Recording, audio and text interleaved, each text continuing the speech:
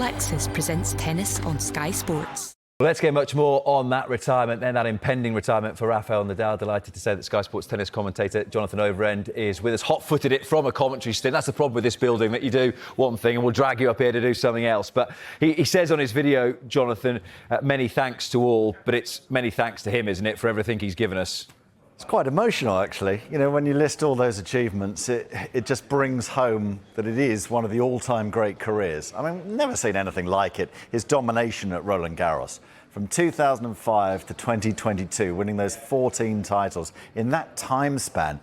You know, when he started winning in those years 05, 06, the way he played the game with such physicality, I found myself thinking, well, he'll win 5, 6, 7 of these things, and then probably in his early 30s, his body will break down, and that'll be that. He'll be lucky if he even gets to his early 30s.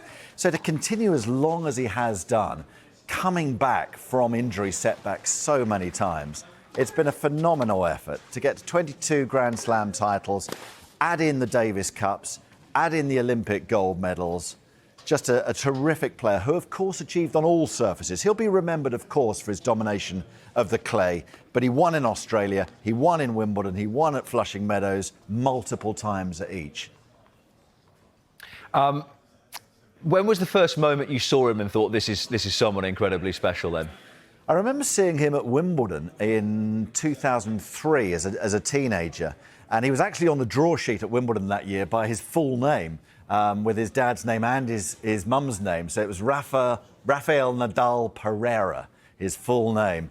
And he actually won a couple of rounds and, yeah, looked the part, absolutely. But it was 2005 when he won the French for the first time, which was his big breakthrough. He was injured in 2004. If he hadn't been, he probably would have won it then.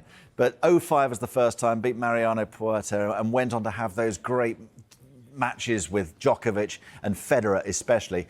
For me, it was the Wimbledon win of 2008 which really stood out, because here was a kid from the clay who desperately wanted to learn how to win on grass.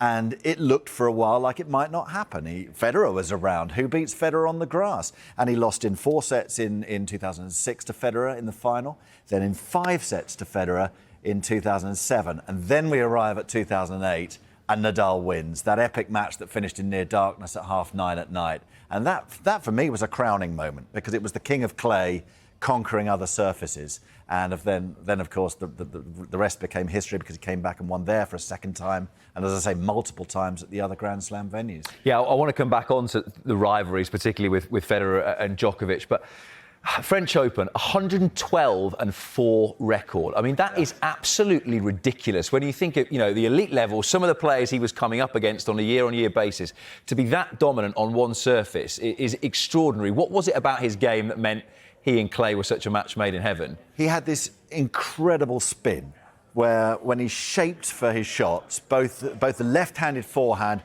but also the two-handed backhand, because the thing about Rafa is he's naturally right-handed.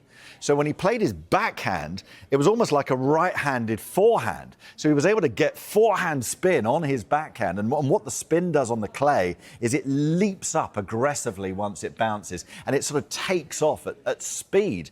And for years, no one was able to deal with this. It was a totally new trajectory of ball. And no one could handle it. And Rafa was the king. But on top of that, the shot making and the spin, the movement, he was able to dig out balls from 10 yards away with one slide on the surface. And then the recovery as well to get in position for the next shot. He was an extraordinary athlete. And he was able to bring those skills to some extent to the other surfaces. That's what was amazing. So he wasn't just a dirt baller on the red brick of Roland Garros. Absolutely not. Do you get a sense when you're there and commentating on matches of being lucky, of watching Nadal Federer, Nadal Djokovic, Djokovic Federer, that sometimes I think you don't realise what you've got until it's gone. And then you look back and think, we have been so privileged to watch particularly those three. You can put Andy Murray in that bracket as well, but particularly those three play against each other so many times. Yes. Well, when Federer got to 7 Wimbledons, you thought that was amazing.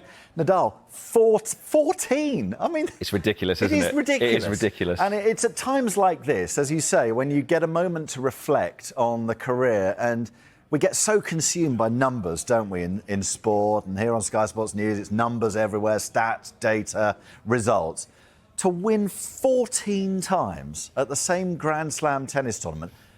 Many careers don't get anywhere near 14 years. And he's won the thing 14 times. Absolute madness. The longevity of the guy in the greatest era. And that's what makes Djokovic, as the last man standing out of this elite band, that the fact that he's still going and has got to 24 Grand Slams playing in the all-time greatest era, when his rivals have been the previously accepted greatest players of all time. We'll never see anything like it again. And I want to talk actually about the psychology and the persistence of these guys as well, and actually the challenge of being up against them. I remember watching Djokovic at Roland Garros a few years ago. I think it was against Jeremy Chardy. You could see the shoulders just start to slump of this guy. I think, do you know what? Whatever I do, Novak Djokovic gets something back. And it was the same with Nadal. They just have this insatiable appetite for winning tennis matches. Yeah, absolutely. And when you see it on the Grand Slam stage and you appreciate how tough best of 5 is, you know, on the tour it's best of 3. You might nick a set. If you nick a set, you're 1 set away from the win. But on the Grand Slam stage, you've got to win 3.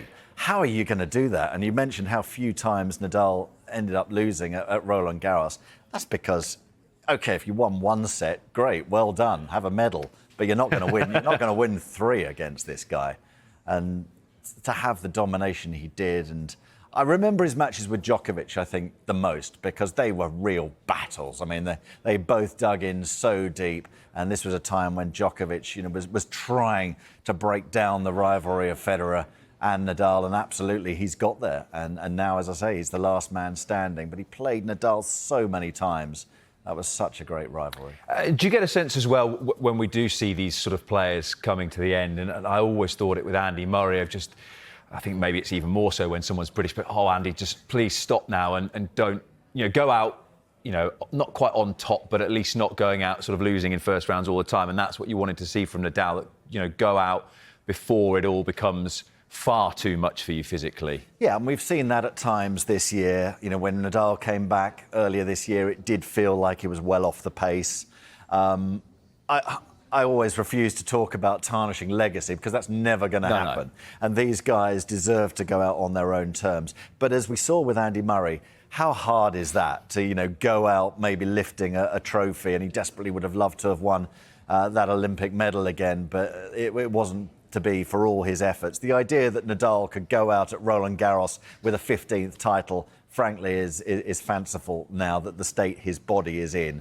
So it's just acceptance, isn't it? You want them to play for as long as they possibly can and then accept when they feel the time is right, which Rafa clearly now feels it is, to call it a day. It won't in any way disrupt his achievements at all. We reflect now, we look back at one of the all-time greats, numbers that will never be repeated, particularly on the clay of Roland Garros. And I reflect quite emotionally, actually, on one of the greatest athletes I've ever had the privilege to watch live.